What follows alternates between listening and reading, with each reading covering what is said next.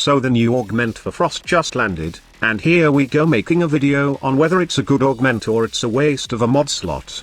The augment is called Biting Frost, and this mod can be acquired by attaining the rank of General under Steel Meridian, or the rank of Genius under Cephalon Suda, and spending 25,000 standings to purchase. This Warframe augment is for Frost's passive, and when equipped, it will give you increased critical chance and critical damage on frozen enemies. The augment's frozen mechanic works differently with Frost but also with a subsume ability. It works with Frost current passive ability, which freezes enemies when they hit Frost with a melee weapon by a 10% chance. It also works directly when an enemy is hit by his freeze ability. The same goes with being hit with the Snow Globe's activation while within range, and also with the augment named Chilling Globe, which freezes enemies by 50% chance when they pass your Snow Globe. And most of all, it works perfectly with his Avalanche ability.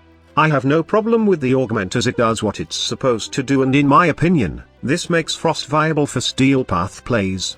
The reason why Frost is so behind right now with new Warframes is he has nothing to offer when it comes to higher level plays but his ability to crowd control and defend. It's true that he's a big asset Endless Defense mission, but this is not 2014 wherein all was hype with Mesa's released, that everyone wanted to showcase his full aimbot power in endless survival runs. And who is the guy to support him? Obviously Frost. With his Snow Globe having 4 seconds invulnerability after cast, and stacking health mechanic which can reach up to 1,000,000 Snow Globe health, Mesa can freely become an aimbot in Endless Defense. And of course, let's not forget the fact that Frost can also armor strip with his Avalanche by achieving 250% power strength to get the full 100% armor strip. But let's face it, Frost has been almost forgotten right now because of how cool the other new Warframes. I have tackled this before, and I will not do another rant video about it. All I'm saying is, Frost needs a bloody rework, and then, this augment came. Honestly, it feels in the void in Frost, and lets you have that firepower to go against Steel Path levels. Long story short, it gives Frost some offensive capability. The thing is, Frost can be good if Digital Extremes decided to lower the power strength requirement of the armor strip coming from his Avalanche ability, but since you need at least 250 power strength, you will then need at least Transient Fortitude and Blind Rage to get that amount, with minimum consumption in your mod slots. It is possible, but you will need to min-max your build, especially if you are playing solo, as survivability will be the main problem.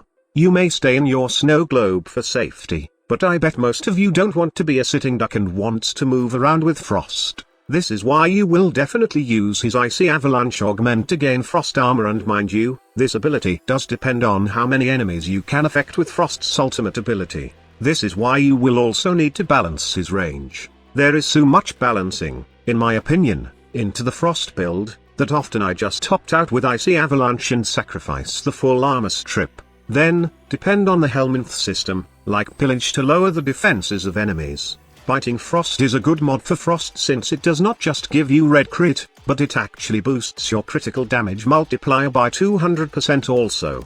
It gives you that luxury of dealing insane damage with your weapon in Steel Path levels, even if your Avalanche has only 44% armor reduction with only 110% power strength in your build.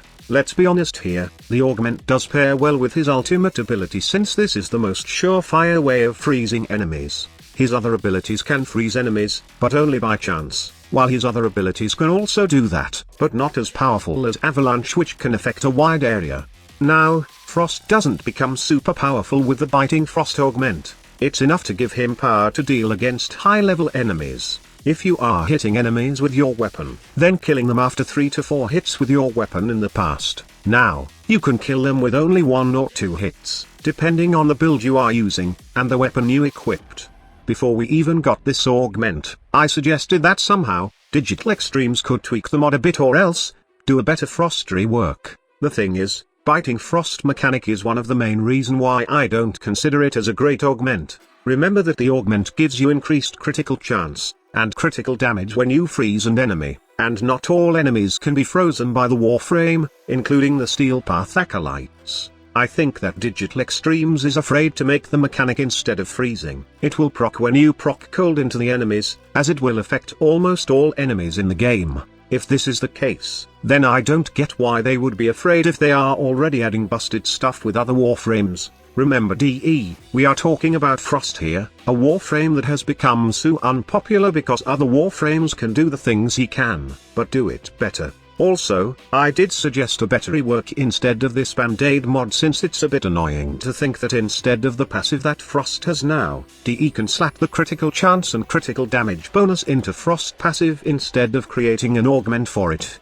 If we talk about balance, then why would Zephyr have a passive that gives out a 150% critical chance while just chilling in the air? It's totally unfair in my opinion, and I really think that if they want to keep the augment, then they must tweak it so it can be universally helpful for Frost.